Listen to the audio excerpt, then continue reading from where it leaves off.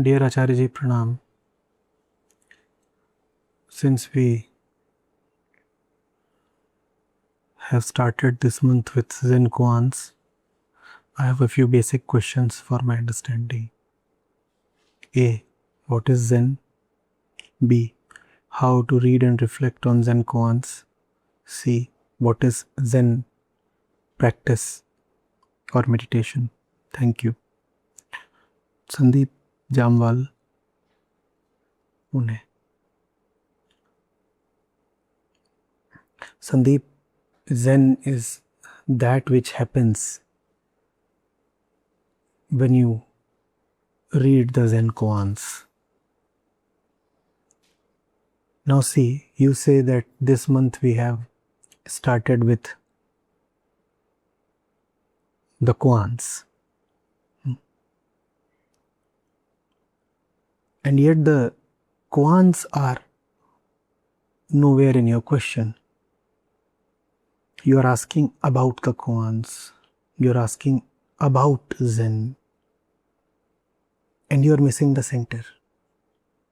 And whenever you do not want to enter that thing directly, and instead prefer to go roundabout and roundabout and roundabout, as they say, beating about the bush, then you obviously miss. Zen does not consist of asking about Zen. When the Koans are in front of you,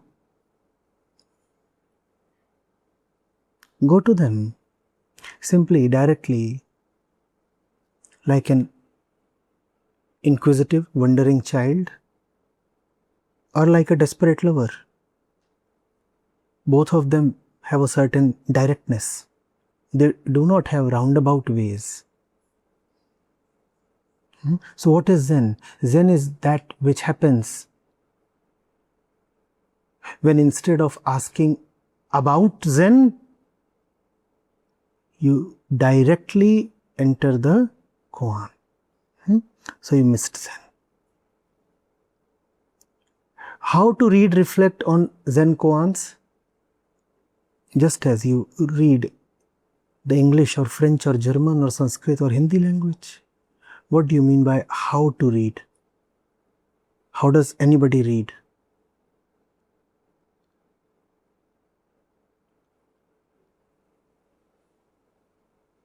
But the how to is a great way to not to read.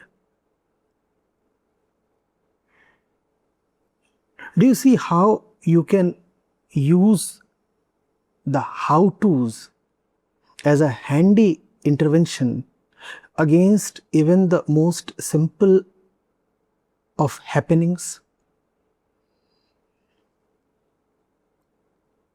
I can ask you something as simple as picking up this handkerchief from the table, and you can come up with a series of endless how-tos to delay that which is straightforward and easy and obvious. How to read the Koans, just as you read anything else. And let me tell you, you cannot read the Koans if you do not know the very knack of reading.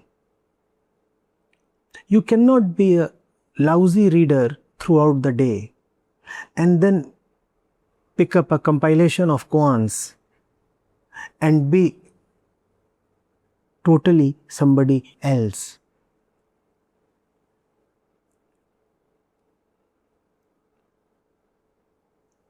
If you are a seeker of clarity,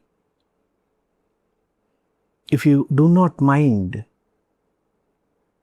getting a few rude hits, then the Koans are for you. But if you are someone who is very touchy, very pricky, very easily offended, someone who is looking forward to, almost wishing to receive hurt, then you cannot become a very tolerant and resilient mind suddenly just when you go to the koans. The koans do not pamper you. They do not display the kind of behavior and kindness and gentleness that you might be accustomed to, that you might expect in a so-called spiritual environment. The koans often leave you flabbergasted. You do not know what has happened.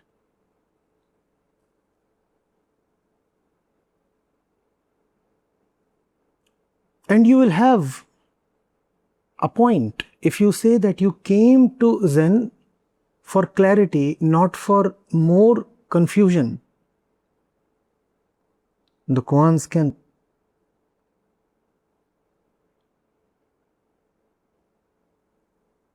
tie 100 knots around you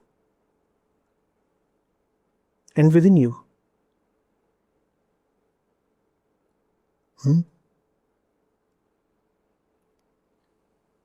So you need to have a taste for wonderment, a taste for disillusionment. Then the koans will appear delicious.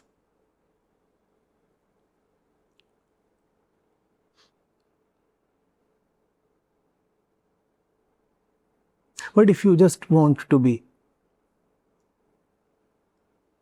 dealt with child gloves,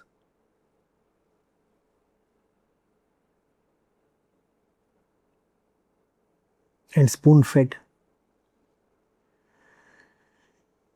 then there is very little for you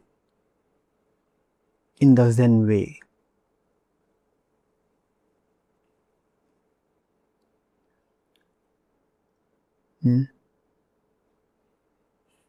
Zen hardly provides you any answers. It rather delivers jolt after jolt that wakes you out of the entire Q&A paradigm.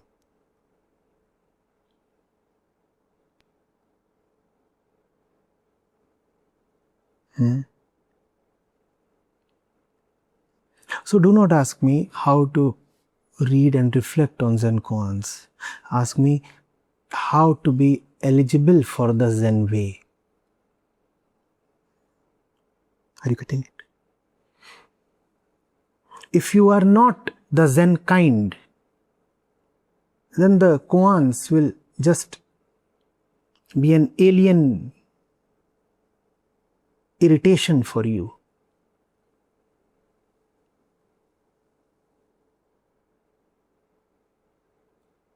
Somebody from Jupiter came,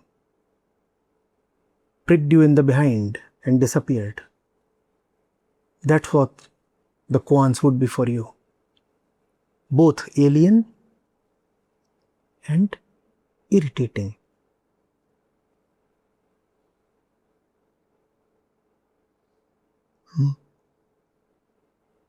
You should be somebody who should be prepared to live in uncertainty, inconclusiveness. If you are someone who is a sucker for definiteness, then you will get nothing definite with the koans. Are you getting it? Koans are not for the one who is looking for a support.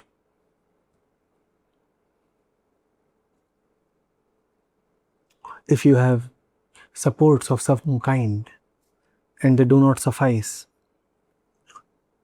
so you are coming to Zen to get a better and bigger support, you better than protect what you already have. You will not get anything bigger or better here.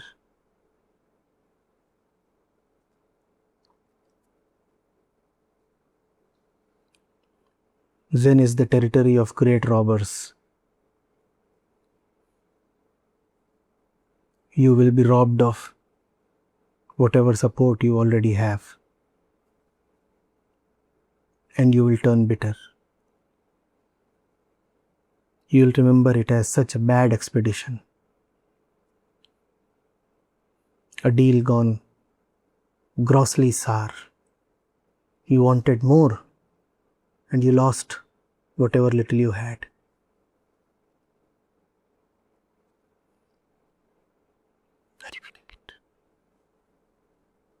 In Zen, there are no concepts, no definitions, no learnings, no teachings. Once I said, Zen is the highest point of all religious ascension. Why? Because there is nothing here. What is there at a point? Nothing. It has an absolute vacancy. No area, no capacity, no volume, no existence. That is Zen.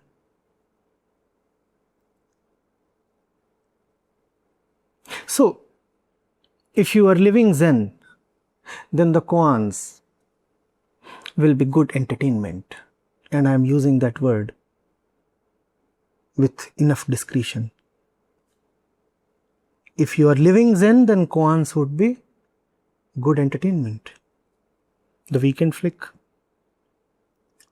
But if you are someone who is not living Zen, and then you come to a Zen master or koans or the Zen practice, then you should be forewarned. You could be rubbed the wrong way, and it can be a very harsh rub, you know.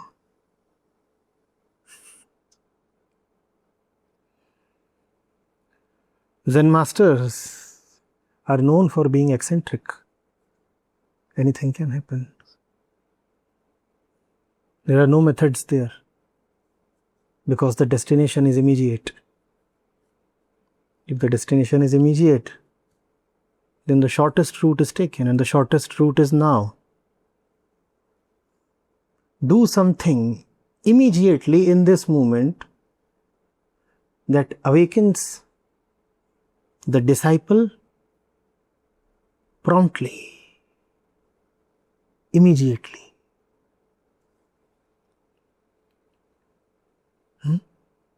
At the same time, Zen seekers have been known to practice for years and decades.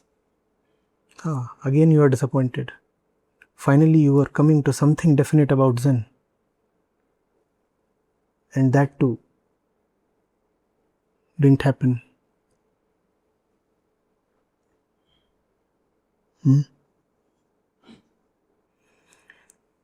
What is Zen practice or Zen meditation? Zen practice is to be concerned with the koans when they are in front of you and not bother about the definition of a koan.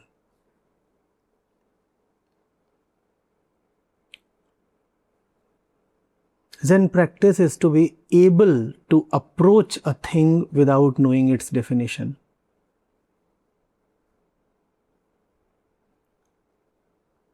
Zen practice is to look at something the 10th time and still not know anything about it.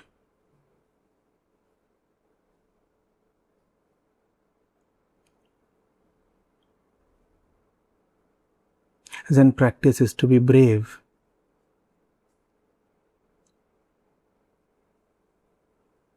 And not avoid the assault that the practice launches on you.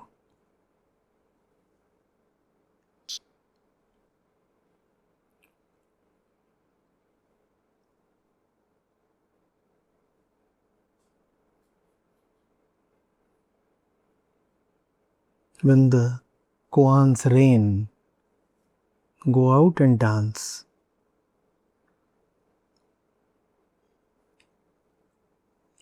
Do not sit in a shelter trying to analyze the precipitation. What is it that comes down and why? And with what kind of velocity? If it comes down, why did it go up in the first place?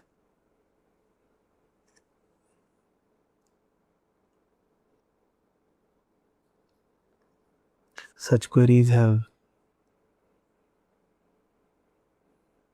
no place in Zen.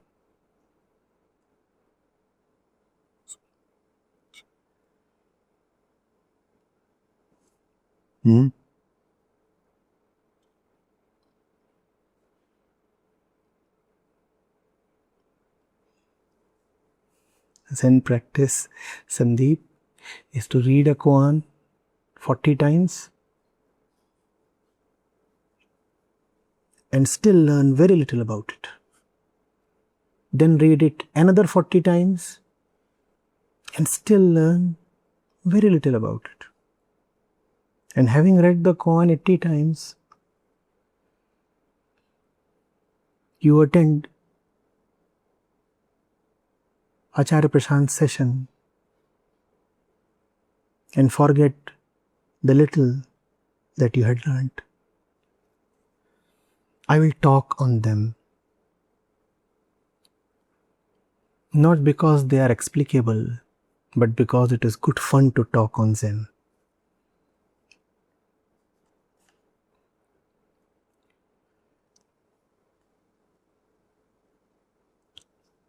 And in the Zen way, one may as well talk on a beautiful cucumber or a rotten watermelon just as one talks on a koan, rather senselessly and meaninglessly.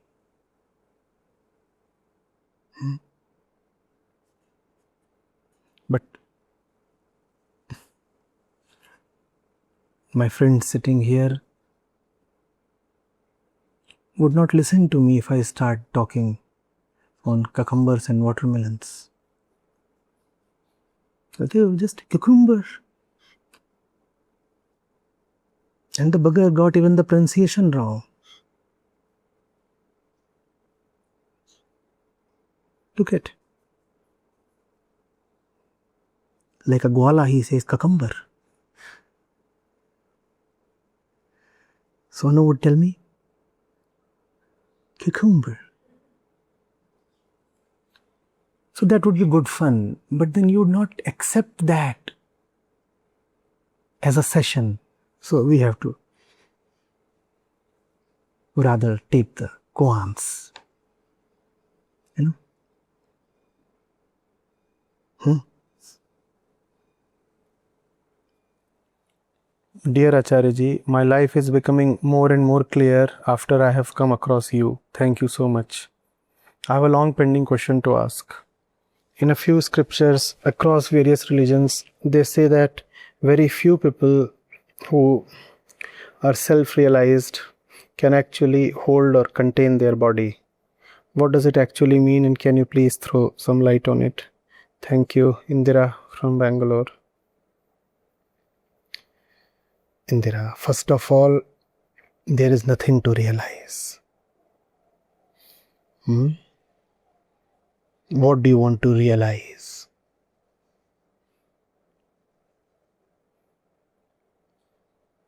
What temptation is there? What target is there?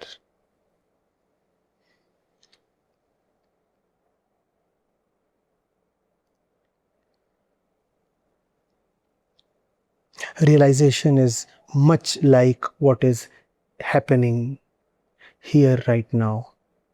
You ask me about realization and I say there is nothing to realize.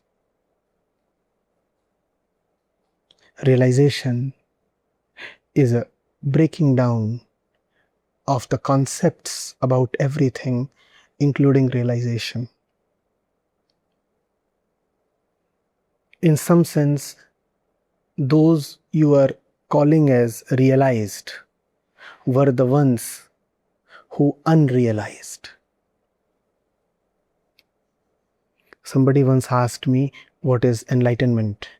I said, unbecoming unenlightened.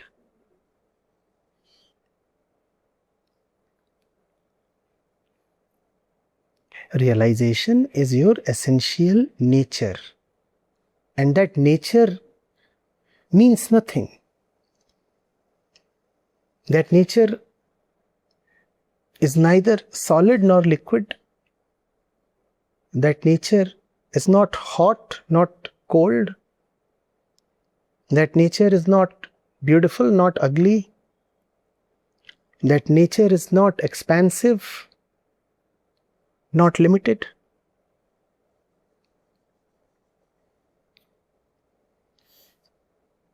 You can just keep wondering, but you will never get to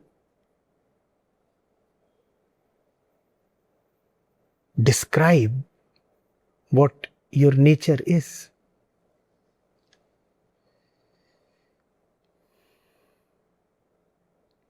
But you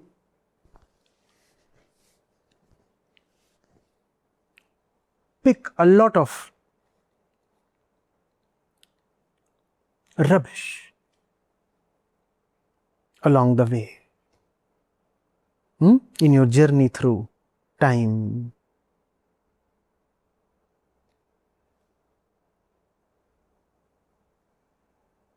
And various places, spaces. You pick this, you pick that. And you fill up an empty space. Realization is about doing away with the dirt, getting rid of the rubbish.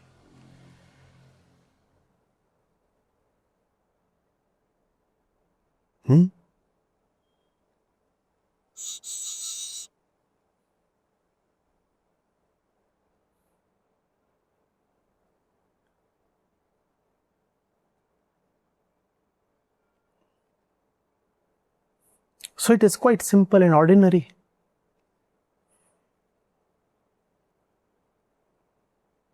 Now you are asking, you have heard that very few people who are realized can actually contain their body. Would a realized one say all this? I am finding it difficult to hold or contain my body.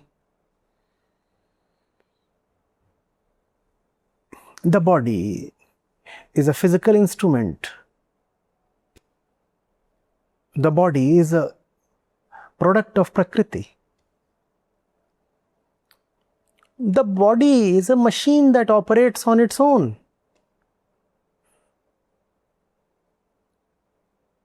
What does the realized one have to do with the body?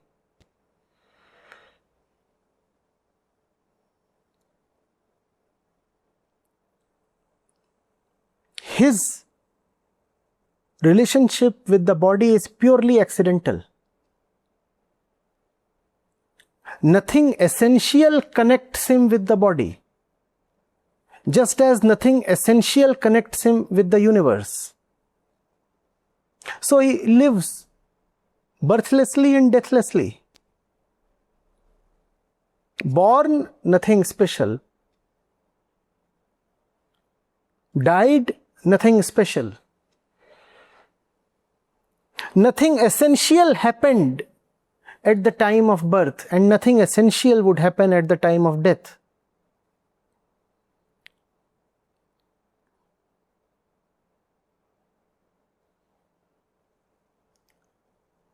There is a tree on the earth.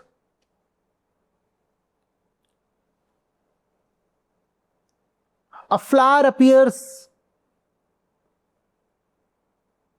on the tree. The flower turns into a fruit. The fruit gets ripe.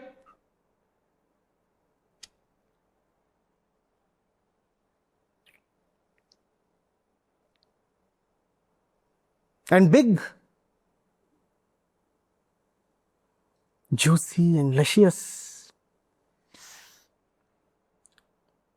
bright yellow mango.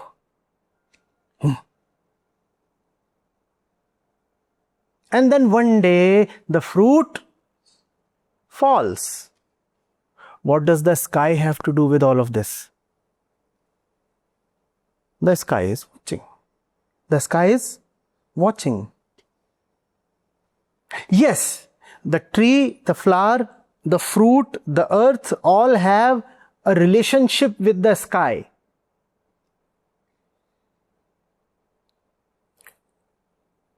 The fruit is in the sky. And that's the relationship.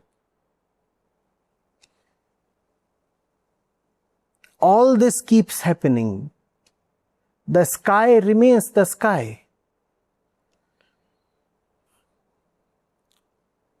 And if there is the soil, there would be trees. And if there are the trees, there would be flowers. And the flowers will get pollinated. And they will turn into fruits. And one day the fruits will fall. What does the clear sky have to do with all this? Does he go and stop the fruit from ripening? Or does the clear sky go and force the fruit to fall earlier than usual? If the clear sky does not force the fruit to fall earlier than usual, then Indira, why are you saying that the realized ones find it difficult to contain the body? The body will continue its processes. The fruit will do what fruits do. The sky will be what the sky is. That's the body and the realized one.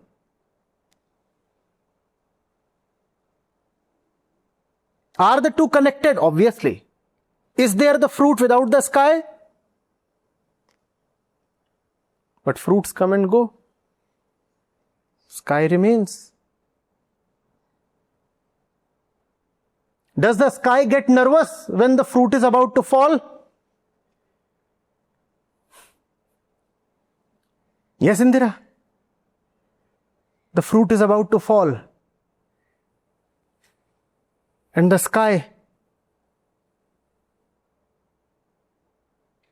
starts raining. That's tears for you. That's the relationship of the realized one with the body.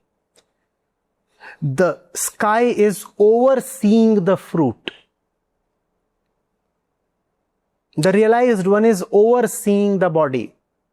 Overseeing in a very, very non-physical way. Have you ever seen the sky have eyes? So it's a very non-physical seeing. The trouble with the word seeing or witnessing is that you start conflating it with manual and physical seeing, envisioning.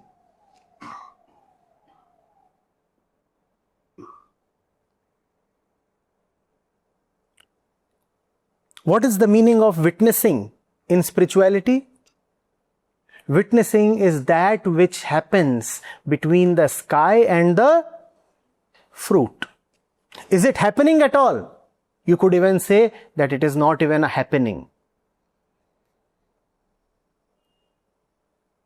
The witnessing is something that doesn't happen.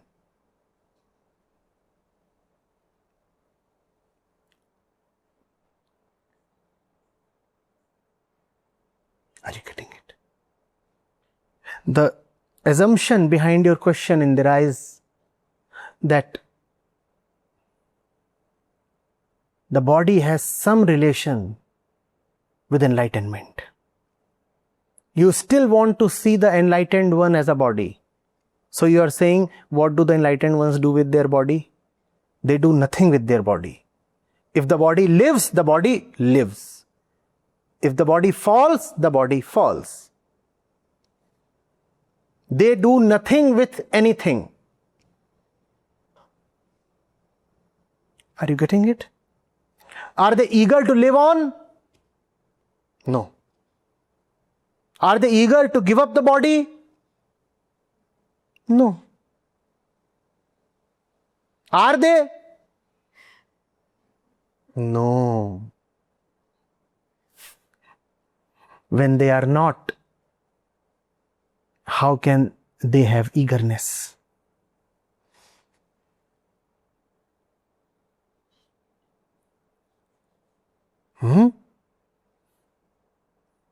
The body is a cute toy.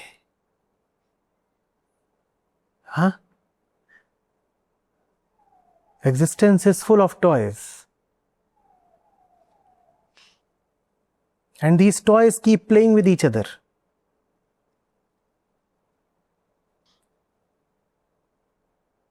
Why would anyone want to forcibly destroy the toy?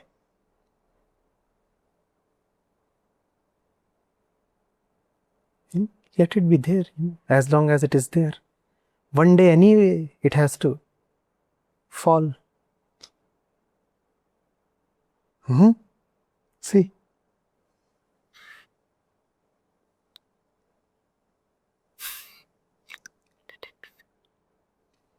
Let him be there.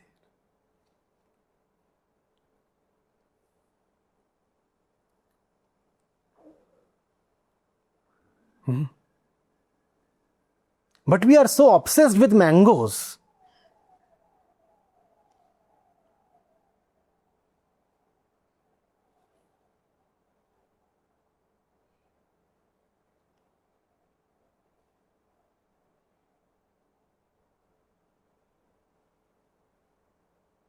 That to us the sky is worthless. Why?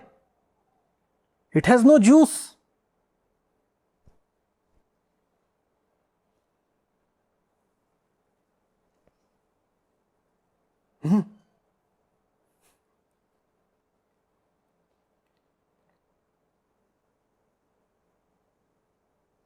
It is in the sky and due to the sky that the existence is juicy.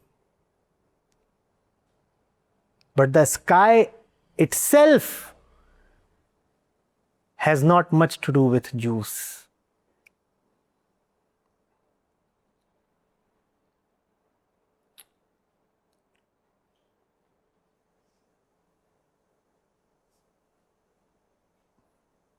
Does that gladden you? Does that disappoint you? Figure out.